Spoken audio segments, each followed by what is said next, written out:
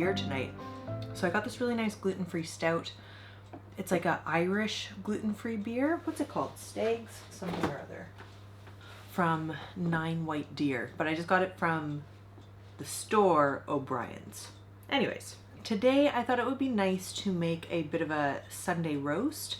We're going for really cozy vibes. I know we're in spring now and I've got a lot of like fun spring content coming your way. I've had a little bit of a taste of spring, but today and the last couple of days it's been a little bit chilly and windy out. So I thought it would be nice just to make a really, you know, like cozy comfort meal. The other thing is we really like making a Sunday roast or just roasts in general, but we don't really make them in the summer ever because it's more of a winter food. But because our apartment too, if we have the oven on for that long, it gets way too hot. If you're new here, my name's Grace. I am a Canadian expat currently living in Dublin, Ireland. On this channel, you're going to find lots of like cozy, comfort sort of content. I do a lot of like cleaning and organization videos, but I always like to keep things really, really realistic. I also am really into food, so you know, I'll often include stuff like in this video where he's just like cooking dinner with me or cooking lunch with me. And then another one of my big interests is reading, so sometimes I do book content as well. If any of that sounds good to you, I would love if you'd subscribe. But in the meantime, let's get started cooking. So today we're gonna make a pork roast specifically, and the reason why we chose pork, we like pork roast, but I was at Aldi today and they had this very nice looking pork loin joint for 30% off. I like to cook a pork joint like this is on a bed of apples and onions. When I'm cooking a roast, the first thing I need to figure out is the meat math, I like to call it. So you're figuring out the size of the joint of meat and, you know, just determining how long the cooking time is, and then you got to work everything backwards. So, you know, if you want to eat at 7 p.m. and the meat is going to take an hour and a half to cook and you want half an hour to rest, then we need to make sure that the meat is in the oven at 5 o'clock. In a perfect world, you would even take the meat out of the fridge a little bit before you're going to cook it, just so that it gets up to room temperature. But yeah, that's what I refer to as meat math. In general, I get a lot of my cooking methods and tips from BBC. I like their Good Food app or website, and they have a good recipe for a pork roast. Although I don't use all of it, but I'd like to refer to it for how long it takes to cook. Cook this at 15 minutes on the high temperature, and then we're going to turn it down to 180 Celsius and continue to roast for an hour and 30 minutes. So that's a total time of an hour and 45 minutes in the oven, and then the longer you can let meat rest, the better. You want it to, I would rest it for at least 15 minutes, but ideally half an hour. So we are looking at a total time of 2 hours and 15 minutes to cook the meat. I love to pair pork with apples and onions. I just think that the flavors go really nicely together. So if I do pork chops, oftentimes I'll use apples and onions. And then for this kind of pork roast specifically, I like to do apples and onions. BBC says like Bramley apples is the one to use. To be honest, I just use whatever apples I currently have in the house. I don't buy specific apples for it.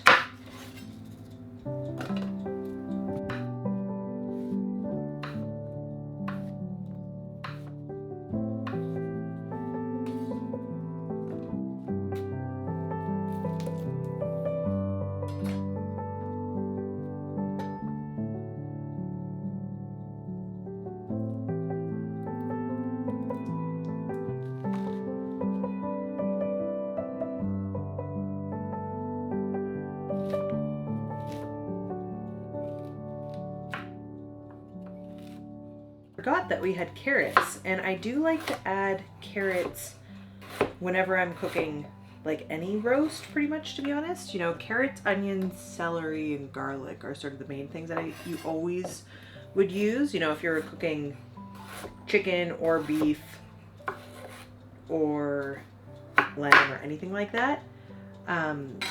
For pork, like I said, I always like to use apples and onions, but adding carrots as well, just for underneath the pork while it's cooking, will add a really nice like flavor too. Nice sweetness, good aromatics, you know.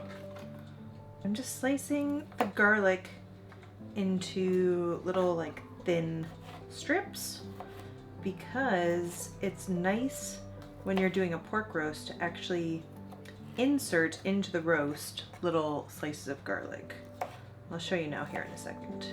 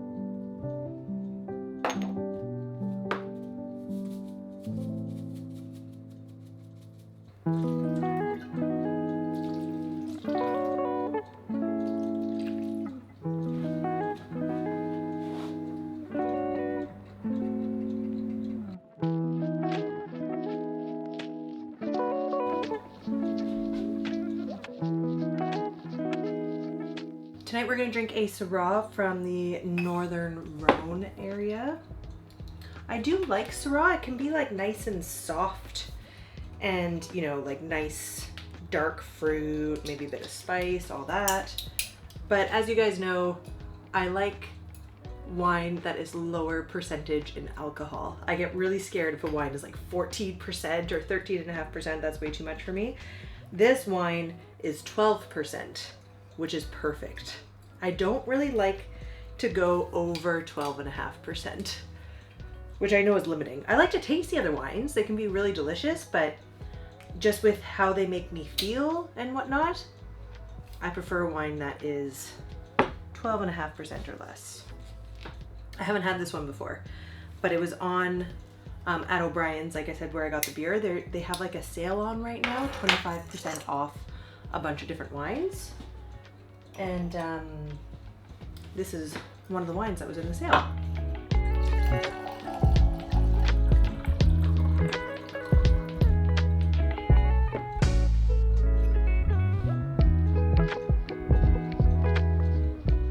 That's nice. Light, juicy, elegant, and I think it'll be nice with the roast. And I'm gonna do some roasted potatoes, but just simple, not complicated roasted potatoes.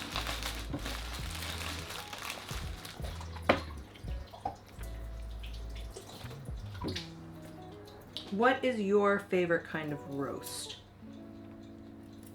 And I mean, it could be chicken, lamb, pork, beef, nut roast is definitely a thing. Just curious. I'm definitely a big roast kind of person. I like them all, to be honest. In Ireland and England, of course, you know, a Sunday roast is a big thing.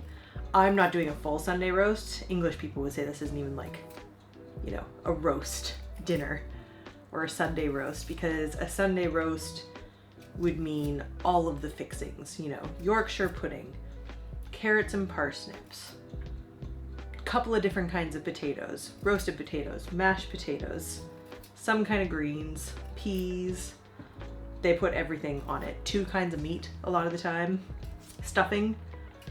Whereas this is just, we're keeping this really simple and casual with, you know, the meat, potato, and some vegetables. I've had a really busy week this week. I had to help out at the wine bar one night. Unfortunately, I wasn't able to film that because it was just kind of last minute, you know, we were just too busy. And then it was Steve's birthday one day as well. So I wasn't working during that.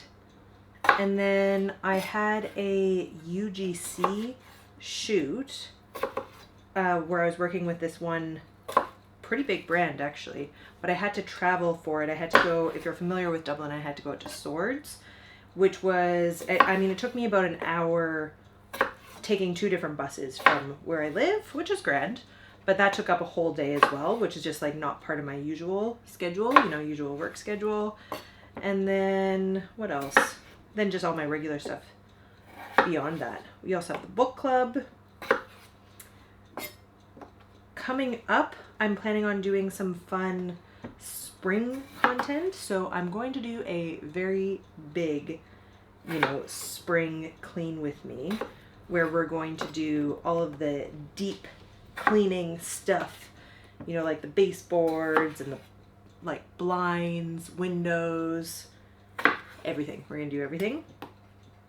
And then I also want to do a like spring day in Dublin vlog whenever the weather is nice. I think we're gonna get some nice sunny days next week. And then I also want to do a solo day in Dublin vlog, like an introvert diaries sort of thing. And as always, I'm always open to feedback and what you guys want to see. So if any of these ideas sound especially good to you, or if you have some input on what you think I should be doing when I go and shoot these videos, I'd love to hear it.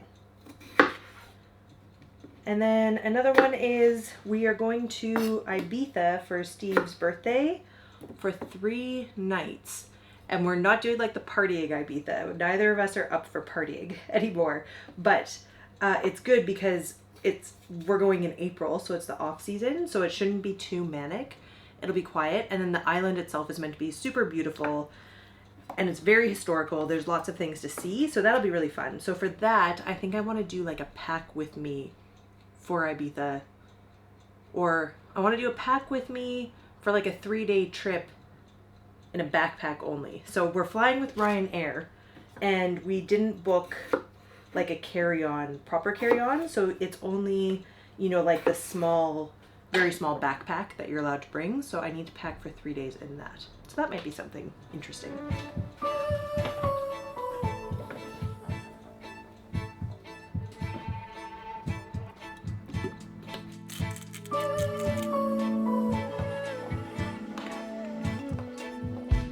Folded hands, you could make this better if you wanted.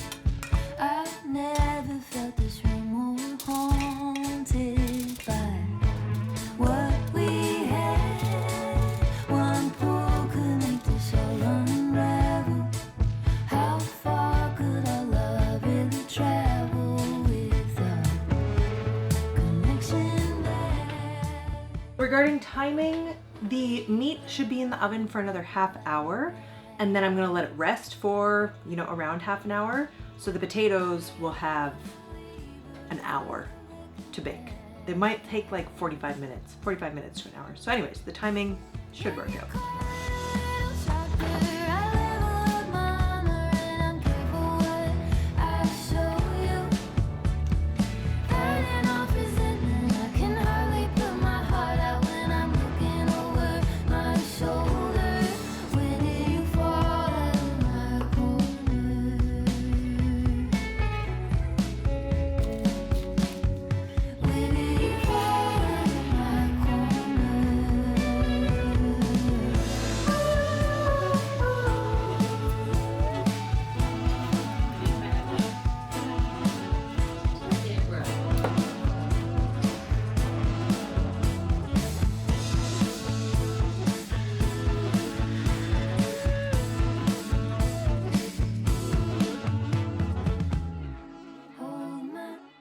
I'm watching this show on Netflix. It's like an older show called Younger, and essentially the premise is this woman who is 40 or in her 40s has a bad divorce.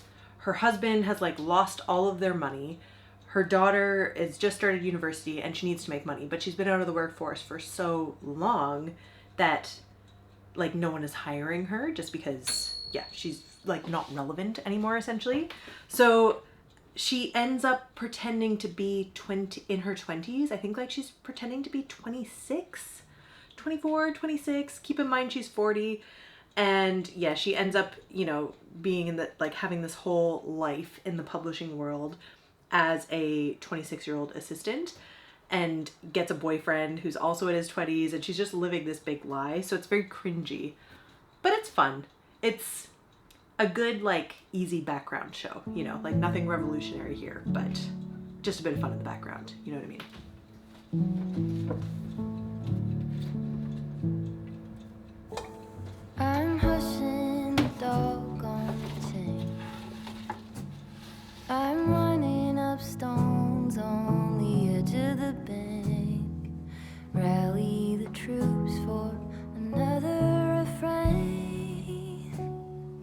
sing this softly to myself. I sing this softly to myself.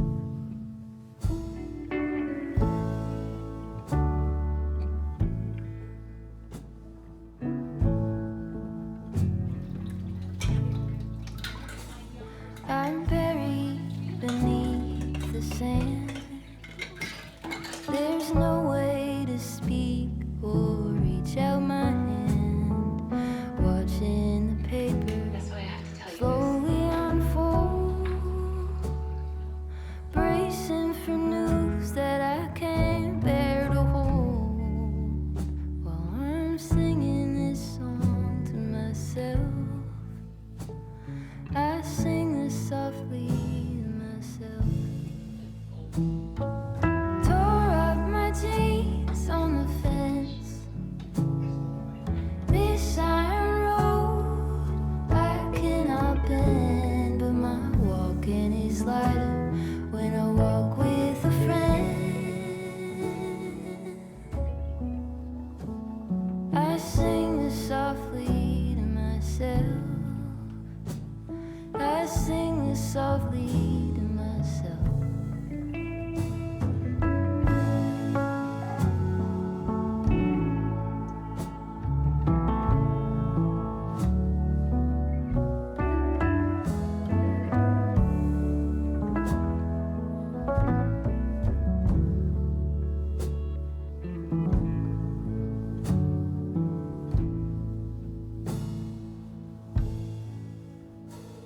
I'm waking up early again, sitting alone and listening, and there is no separation from you in the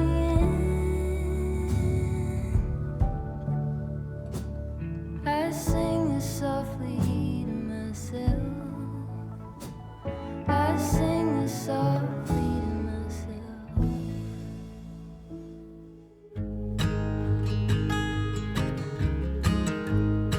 So it is time to dig in. Like I said, it's a simple roast in the sense that I'm not doing gravy, not doing Yorkshire puddings, not doing stuffing, any of that stuff.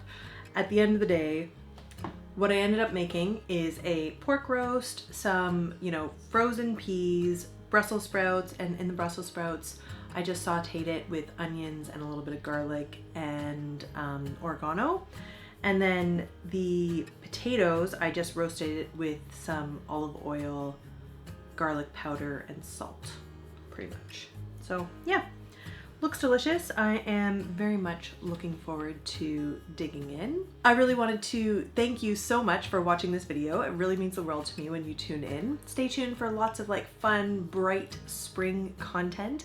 If you have any ideas or anything that you want to see from me, please leave a comment below. I always love to hear what you have on your mind. And as always, thank you so much for watching, and I hope to see you soon.